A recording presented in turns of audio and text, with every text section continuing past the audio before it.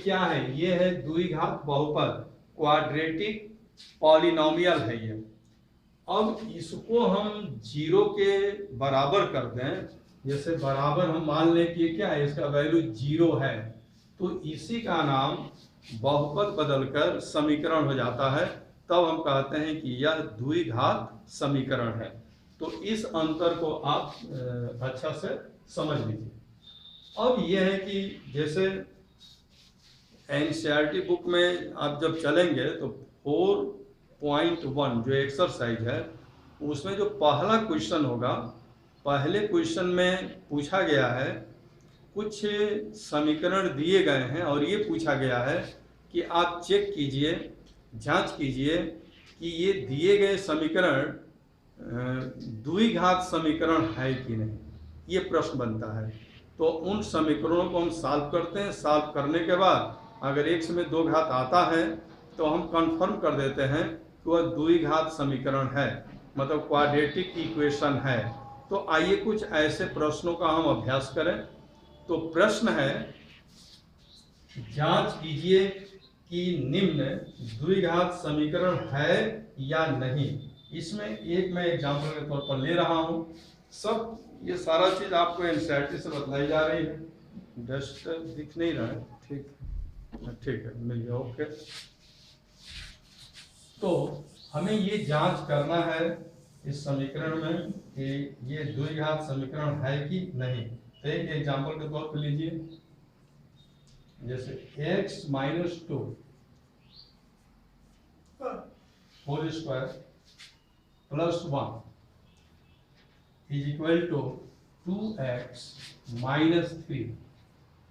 अब इसको चेक करना है कि क्या ये द्विघात समीकरण है, क्या ये क्वाड्रेटिक इक्वेशन है। तो इसको हम सॉल्व करते हैं।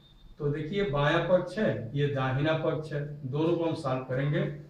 तो यहाँ पर लिखा है x - 2 का होल स्क्वायर। आप लोगों को एक सूत्र पता होगा, a - b का होल स्क्वायर, क्लास 9th या 8th में भी बताया गया होगा। तो उसी सूत्र को हम यहाँ पर यूज कर रहे हैं। तो x स्क्वायर हो जाएगा, क्यों भाई, ये क्या हो जाएगा, x स्क्वायर हो जाएगा, ठीक है।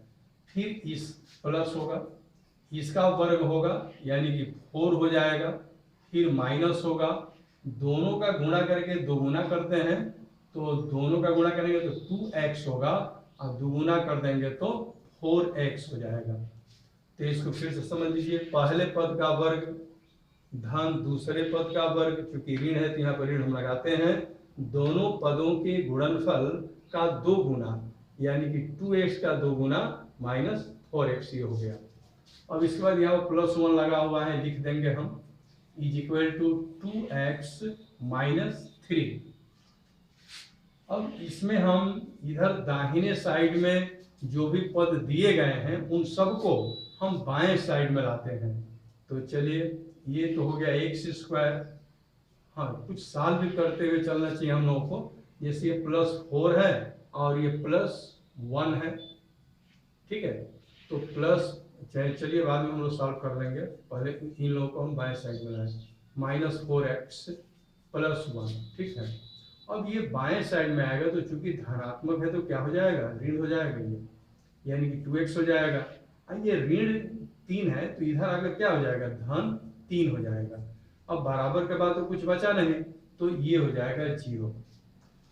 अब ये x स्क्वायर वाला पद तो केवल एक ही जगह पर दिख रहा है, तो यहाँ पर हम लिख देंगे, ठीक। इसके बाद x वाला हम पद लिखते हैं, तो ये है -4x, ये है -2x, -6x हो गया, तो यहाँ पर लिखेंगे -6x। अब आ जाइए, ये है +4, आगे बढ़िए, +1 +5 हो जाएगा, और ये हो गया +3 यानी कि +8 हो जाएगा। तो ये हो गया +8 इज इक्वल टू 0, ठीक है। कुछ लोग एडमिट हो रहे हैं, तो आपने देखा कि इसको किस तरह से सॉल्व किया गया। अंत में क्या प्राप्त हुआ, x square -6x + 8 is equal to 0। तो आइए हम देखें क्या ये द्विघात समीकरण का रूप है। तो द्विघात समीकरण का फार्मूला क्या होता है, ax square + bx + c is equal to 0। अब ये मत सोचिएगा कि भाई यहाँ तो प्लस है यहाँ तो माइनस है, यहाँ माइनस भी हो सकता है, चिन्ह के चक्कर में नहीं पड़ना है। चिन्ह यहाँ पर प्लस माइनस कुछ भी हो सकता है, यहाँ पर भी प्लस माइनस चिन्ह कुछ भी हो सकता है। हमको केवल ये चेक करना है कि हाँ इसमें एक्स स्क्वायर वाला पद है कि नहीं। ए के स्थान पर कुछ भी लिखा हुआ हो सकता है क्योंकि ये नियतांक है। हमें क्या चेक करना है कि इसमें एक्स स्क्वायर है, इसमें एक्स स्क्वायर है कि नहीं है। ठीक है, यहाँ देखिए बी के स्थान पर यहाँ पर कोई भी अंक हो सकता है, यहाँ पर कोई भी अंक हो सकता है, लेकिन हमें चेक करना है कि एक्स के जगह पर यहाँ पर एक्स है कि नहीं। एक्स है। और यहाँ पर सी के जगह पर कोई भी अंक हो सकता है। ठीक है, ये मत सोचिएगा कि सी के जगह पर सी क्यों नहीं आया। सी के जगह पर कोई अंक होगा क्योंकि इसमें ए बी सी ये वास्तविक संख्याएं हैं और वास्तविक संख्या कुछ भी हो सकती है। ठीक है, तो जवाब क्या होगा कि दिया गया समीकरण द्विघात समीकरण है। तो जवाब यस में आया है कि यह द्विघात समीकरण है। तो हम लिख सकते हैं कि दिया गया समीकरण द्विघात समीकरण है, आप लिख सकते हैं। ठीक है, तो इसका आंसर हो गया है, मैंने यस यस। चलिए दूसरा एक हम एग्जांपल उठाते हैं यहां से कि वो द्विघात समीकरण है कि नहीं। आप भी थोड़ा अपने से सोचिएगा। तो दूसरा एग्जांपल हम ले रहे हैं, जैसे यहां पर लिखा हुआ है x in bracket x plus 1 plus 8 is equal to x plus 2 और x माइनस 2। आप देख रहे हैं यहां पर जो समीकरण दिया गया है, हमें ये चेक करना है कि यह समीकरण द्विघात समीकरण है कि नहीं, या क्वाड्रेटिक इक्वेशन है कि नहीं। तो इसके लिए आइए हम इसको थोड़ा सॉल्व करते हैं। तो x में 1 से गुणा करेंगे x स्क्वायर होगा, फिर x और प्लस 1 में गुणा करेंगे प्लस x हो जाएगा। चलिए इस प्लस 8 को हम यहाँ पर उतार देंगे बराबर। अब आइए यहाँ देखिए x प्लस 2 लिखा हुआ है, यहाँ पर x माइनस 2 लिखा हुआ है। यहाँ से एक आपको फार्मूला याद आ रहा होगा, पहले कोष्ठ में a प्लस बी, दूसरे कोष्ठ में a माइनस बी। वो फार्मूला याद आ रहा होगा, वो बराबर क्या होता है a square minus B square. तो यहाँ पर पहले कोष्ठ में x प्लस 2 है, दूसरे कोष्ठ में x माइनस 2 है। तो हम कैसे लिख सकते हैं, पहले पद का स्क्वायर लिख सकते हैं और माइनस दूसरे पद का स्क्वायर लिख सकते हैं, यानी कि 4। ये बात समझ रहे हैं। ठीक है, अब आइए आगे हम बढ़ते हैं। तो इन सबको तो ऐसे ही हम लिख देंगे x square plus x plus 8, ये हमने लिख दिया। ये दाहिने साइड में है, इसको बाएं साइड में लाएंगे तो माइनस एक्स स्क्वायर हो जाएगा। अगर -4 को बाईं ओर लाते हैं तो +4 हो जाएगा और बचेगा क्या, 0 हो जाएगा इधर। तो यहाँ पर आप देख रहे हैं एक्स स्क्वायर प्लस है और यहाँ पर एक्स स्क्वायर माइनस है, तो ये तो खत्म हो जाएंगे ना। अब इसके बाद देखिए क्या बचा, एक्स बच गया, यहाँ पर एक्स बचा, प्लस 8 है और प्लस 4 है, ये प्लस 12 हो जाएगा। ओके, तो एक्स स्क्वायर प्लस माइनस होने के कारण ये कैंसिल हो गया। एक्स यहाँ पर बचा हुआ है, प्लस 8 और प्लस 4, ये प्लस 12 हो गया, इज इक्वल टू 0। अब इसमें देखिए आप, क्या यह जो समीकरण प्राप्त हुआ X square plus B X plus C is equal to 0 के तुल्य है, ऐसा लग रहा है? बोलिए। नहीं, देखिए यहाँ पर स्पष्ट आप देख पा रहे होंगे, यहाँ पर x plus 12 is equal to 0।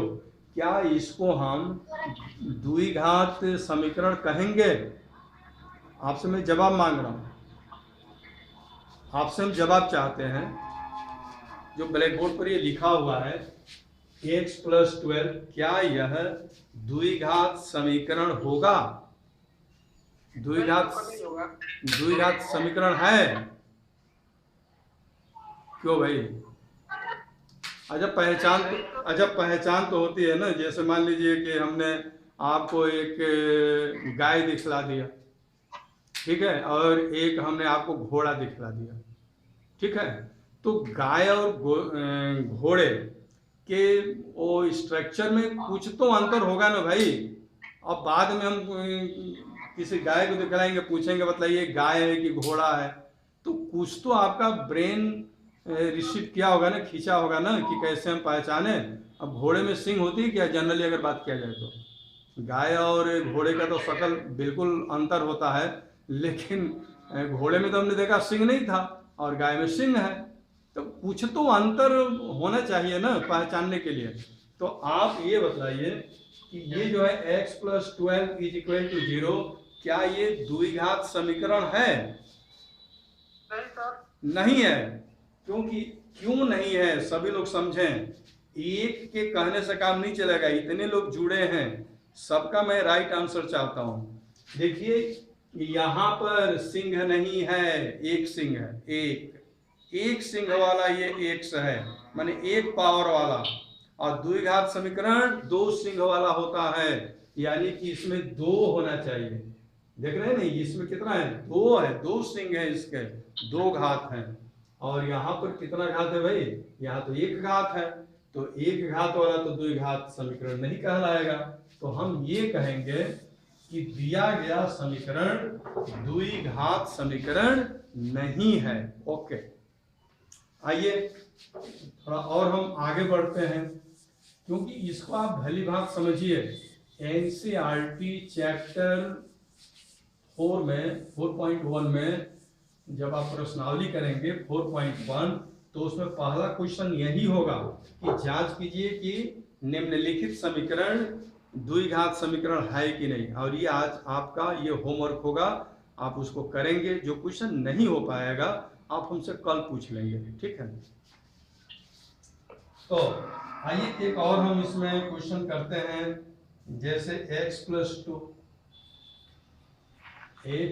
2 ये हम तीसरा दे रहे हैं, तीसरा एग्जांपल, और क्यूब लगा हुआ है यहाँ पर, क्यूब, और is equal to X cube minus 4।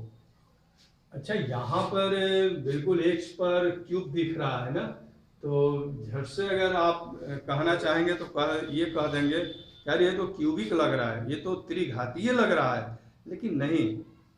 पहले हम इसको सॉल्व करें, सिंप्लीफाई करें, सरलीकरण करने के पश्चात जो अंतिम लाइन आएगी वो कंफर्म करेगी कि यह द्विघात समीकरण है या नहीं। तो सॉल्व करने का यही तरीका होगा कि इसको तो तोड़ दीजिए, अगर फार्मूला याद नहीं होगा आपको तो क्या करेंगे, इसको तोड़ दीजिए। जैसे x प्लस 2 रखिए और एक कोष्ठ में x प्लस 2 का होल स्क्वायर कर दीजिए। तो भाई देखो इसका अगर हम गुणा करेंगे तो x प्लस 2 पर 3 पावर हो जाएगा ना, जैसे 2 पावर है और ये 1 पावर है, तो इसको आप गुणा करेंगे ना तो 2 और 1 पावर ऐड हो जाएगा, तो x प्लस 2 का क्यूब हो जाएगा। इसको हम तोड़ दिए हैं कि आप आसानी से इसको कर लेंगे। x क्यूब माइनस 4 क्लास 8 में आप direct x plus 2 whole cube का फार्मूला पढ़े होंगे, लेकिन हो सकता है कि भूल गए हों, तो आप इसको तोड़कर भी कर सकते हैं। ये नहीं सोचना है कि जो एक परफेक्ट जो फार्मूला होना चाहिए वो तो हमको नहीं मालूम है तो क्वेश्चन को छोड़ दें, ऐसा नहीं, कहीं से कोई ना कोई अपना वो उपाय निकाल लेना चाहिए, ठीक है। कुछ फार्मूले होते हैं जो बिल्कुल रटे हुए होते हैं, वो भूलते नहीं हैं। तो आइए सबसे पहले हम क्या करें, इसको x प्लस 2 हम लिख दें और होल स्क्वायर इसका हम कर दें, जैसे x स्क्वायर प्लस इसका स्क्वायर 4 प्लस दोनों के गुणा का दोगुना 2x 4x हो जाएगा, ये is equal to X cube minus 4, ठीक है। अब इसे इसमें बारी बारी से गुणा कर दीजिए, अगर फार्मूला तैयार नहीं है तो x से इसमें गुणा करेंगे क्या हो जाएगा, x क्यूब हो जाएगा, फिर x से इसमें गुणा करेंगे 4x हो जाएगा, फिर x से आप इसमें गुणा करेंगे 4x स्क्वायर हो जाएगा। अब 2 की बारी है, हाँ ओके, गुणा कर रहे हैं, सिंपल गुणा कर रहे हैं, ठीक ना, कोई इसमें प्रॉब्लम नहीं होना चाहिए। 2 और इसका गुणा कर दिए हम तो 2x स्क्वायर हो गया, 2 और 4 का गुणा कर दिए 8 हो गया, 2 और 4x का गुणा कर दिए तो ये हो गया plus 8x is equal to X cube minus 4। ठीक है, सिंपली हमने गुणा कर दिया। सबको हम बाएं साइड में कर देंगे, जितने भी इसमें दिख रहे हैं दाहिने साइड में, तो x cube plus 4x plus 4x square plus 2x square plus 8, हो सकता है कि उधर कवर कर रहा है कि नहीं, प्लस 8x, इसको बाएं साइड में लाइए, माइनस एक्स क्यूब, इसको बाएं साइड में लाइए, plus 4, okay, is equal to 0। अब चलिए एक्स क्यूब का हम पद देखते हैं। सबसे पहले तो यहाँ पर एक्स क्यूब प्लस के साथ है, और आ जाइए चेक कर लीजिए यहाँ पर एक्स क्यूब माइनस के साथ है, तो ये दोनों क्या हो गए, कैंसिल हो गए। चलिए अब स्क्वायर वाला पद देखा जाए तो यहाँ पर है 4x स्क्वायर और यहाँ है 2x स्क्वायर, 6x स्क्वायर हो जाएगा। आगे बढ़िए, 6x स्क्वायर आगे नहीं है तो यहाँ पर लिख दीजिए 6x स्क्वायर, ओके। अब आइए x वाला पद देखिए तो यहाँ है 4x और यहाँ है 8x, 4x और 8x, 12x हो गया, 12x। अब केवल संख्याओं को देखिए जिसमें x नहीं लगा हुआ है, तो 8 हो गया और ये 4 हो गया, प्लस 8 है प्लस 4 है तो प्लस 12 हो गया, इज इक्वल टू 0। अब आप स्वयं बताइए कि यह जो आया हुआ है अंतिम लाइन, क्या यह द्विघात समीकरण होगा? यस सर, होगा। हाँ, बोलिए, सभी लोग बोले। हाँ होगा, बिल्कुल होगा, क्योंकि ये तो हम देख रहे हैं कि ax स्क्वायर plus bx plus c is equal to 0, यही तो हमारा द्विघात समीकरण का व्यापक रूप है ना, तो बिल्कुल ऐसा तो लग रहा है ना, तो हम कहेंगे कि यह द्विघात समीकरण है। हमारा आंसर होगा यस, यस। तो मैं समझ रहा हूं कि ये बात आपको समझ में आ गई होगी कि सिंपली आपको एल्जेब्रिक सिंपलीफिकेशन करने हैं और करके अंतिम लाइन प्राप्त करना है, और अंतिम लाइन को चेक करना है कि ax स्क्वायर प्लस bx प्लस c का रूप आ रहा है कि नहीं। अगर रूप आ गया तो कंफर्म हो जाता है कि वह द्विघात समीकरण है, क्वाड्रेटिक इक्वेशन है, और अगर वो रूप नहीं आया तो फिर उसे हम द्विघात समीकरण नहीं कह पाते हैं, ओके। और मैं आगे की तरफ बढ़ रहा हूं, तो प्रश्नावली 4.1, ये एनसीईआरटी का ही मैं ले रहा हूं, एनसीईआरटी या यूपी बोर्ड का जो आप कहते हैं वही चीज है। तो प्रश्नावली, और मैं बिल्कुल एनसीईआरटी से हम चल रहे हैं, ठीक है, 4.1, और इसमें पहला जो क्वेश्चन है इसमें फर्स्ट क्वेश्चन है, 8 इसमें समीकरण दिए गए हैं। फर्स्ट क्वेश्चन में 8 समीकरण है और उसमें यही पूछा गया है कि जांच कीजिए कि निम्नलिखित समीकरण द्विघात समीकरण हैं कि नहीं हैं। तो ये आपका होमवर्क हो गया पूरा। क्वेश्चन नंबर 1 आपका होमवर्क हो गया। इसमें जो क्वेश्चन आप सॉल्व नहीं कर पाएंगे या जिस प्रश्न में आपको परेशानी होगी, बिल्कुल आप कल पूछेंगे इसी क्लास में। अब आइए मैं दूसरे से स्टार्ट कर रहा हूं। 4.1 दूसरा क्वेश्चन है। दूसरे में कई प्रश्न लगे हुए हैं। इसमें पहला क्वेश्चन बहुत फैंटास्टिक क्वेश्चन दिया। एक आयताकार भूखंड, मतलब जमीन का ये टुकड़ा है लेकिन वह आयताकार है। ओके, ये प्रश्न में पढ़ रहा हूं, एनसीईआरटी का है। एक आयताकार भूखंड का क्षेत्रफल 528 वर्ग मीटर है, तो इसका क्षेत्रफल है भाई 528 वर्ग मीटर स्क्वायर। ओके, क्षेत्र की लंबाई चौड़ाई के 2 गुने से 1 अधिक है। ये जो लंबाई है ना, इसके चौड़ाई के 2 गुने से 1 अधिक है। हाँ, इस बात को समझना है तो दिमाग लगाना पड़ेगा। देखिए हम लोग मैथ पढ़ रहे हैं तो एकदम ये मत सोचिए कि हिस्ट्री जैसा, हाँ बाबर के पुत्र कौन, इनके पुत्र कौन, वैसा नहीं रखना है। मैथमेटिक्स है, दिमाग थोड़ा लगाना पड़ेगा, और थोड़ा थोड़ा दिमाग लगाते हुए जब हम आगे बढ़ेंगे तो आपको एक अच्छी प्रैक्टिस होगी मैथमेटिक्स की। आप ही आगे बढ़कर एक अच्छे मैथमेटिशियन हो सकते हैं। सबके साथ ऐसा होता है। ओके, तो देखिए क्या कहा, ये जो चौड़ाई है ना, इसका को दोगुना कर देंगे ना, ऐसे ऐसे दोगुना कर देंगे तो दोगुने से एक अधिक है, तो दोगुने से एक अधिक है, तो इसके चौड़ाई को अगर हम x मान लें तो इस x का ये दोगुना तो 2x हो जाएगा, और 1 मीटर अधिक है, माने 1 मीटर और ये अधिक है, तो इस तरह से चौड़ाई क्या हो गई, x, चौड़ाई x हो गया, और लंबाई क्या हो गया भाई, लंबाई देखा जाए तो क्या हो गया 2x + 1। अब हम क्षेत्रफल यहां से निकालते हैं, क्षेत्रफल क्या होगा, तो क्षेत्रफल बराबर होगा आयत का तो क्षेत्रफल है लंबाई गुणे चौड़ाई। तो ठीक है, क्षेत्रफल के स्थान पर क्या लिखा हुआ है, 528 लिखा हुआ है। लंबाई के जगह पर क्या है 2x, अच्छा, लंबाई के जगह पर 2x + 1 है। ठीक है, नेटवर्क प्रॉब्लम हो सकता है कुछ, और चौड़ाई x होगा। ठीक है, देखिए मैं तो बिल्कुल माइक्रोफोन के पास हूँ, थोड़ा ये हो सकता है ना। चलो इसको फटाफट मैं कर दे रहा हूँ, टाइम आउट दिखला दिया है, इसको फटाफट हम लोग कर दें।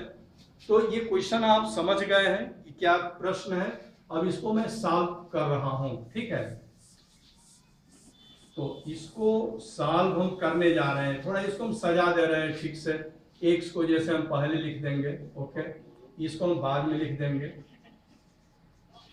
2x + 1 = बराबर के बाद इसको लिख देंगे 528। ओके, इसको हम सॉल्व करने जा रहे हैं, घबराने की जरूरत नहीं है। x और x का यहाँ पर गुणा करेंगे तो ये हो जाएगा 2x² ना, जैसे x और 2x है ना, x के गुणा करेंगे तो x² होगा, तो 2x² हो गया, और x और +1 का गुणा हम करेंगे ना तो +x होगा, = 2x। ओके, अब आ जाइए भाई फटाफट देखिए, ये हो गया 2x², ओके, ये हो गया +x, इसको बाएं साइड में कर दीजिए, हाँ बाएं साइड में कीजिए इसको, तो ये प्लस है माइनस हो जाएगा 2 = 0। अब हमें इसको सॉल्व करना है। देखिए सॉल्व करने का तरीका मैं आपको बतलाया हूँ, हाँ बिल्कुल बतलाया हूँ, देखिए भाई, हाँ सॉल्व करने का मैं तरीका बतलाया हूँ, कैसे इसको सॉल्व करते हैं कई बार मैं सिखाया हूँ आपको, पिछले वीडियोज को देखिए यूट्यूब पर।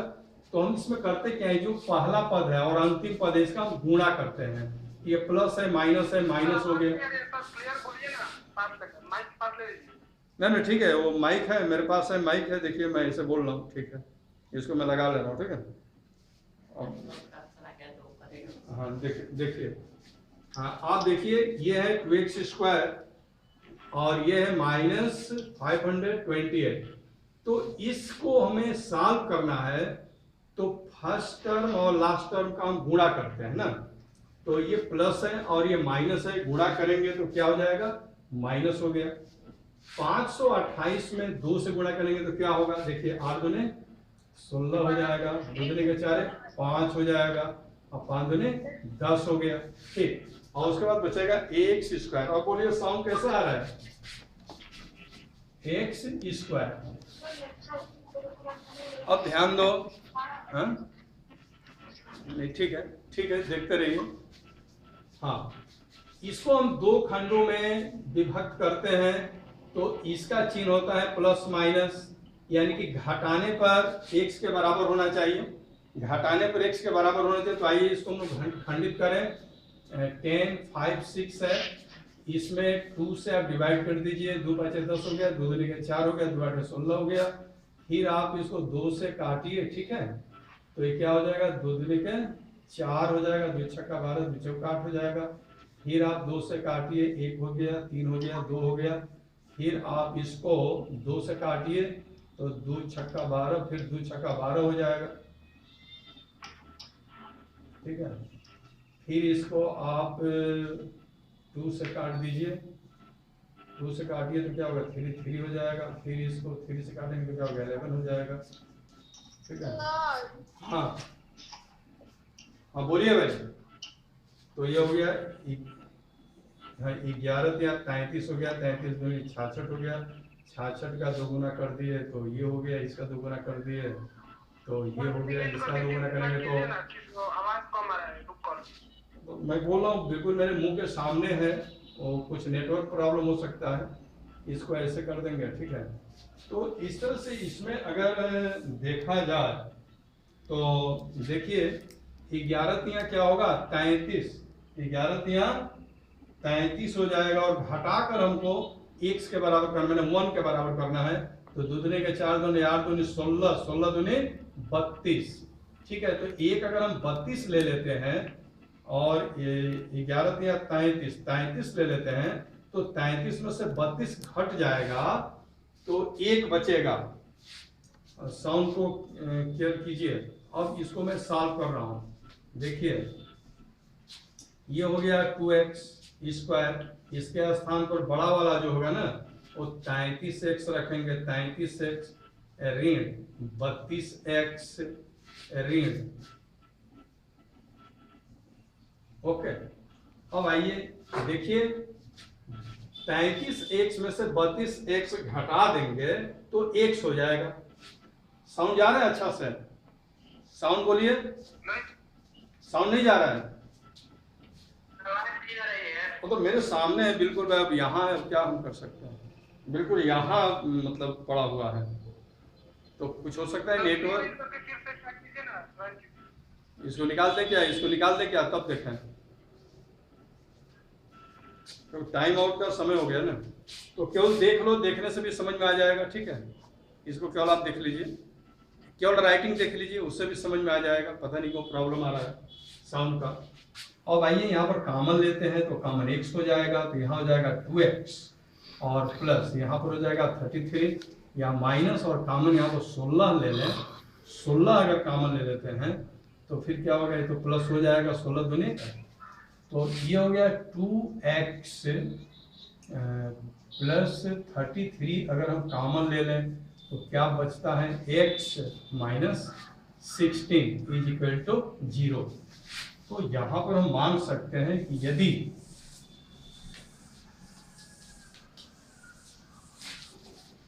यदि 2x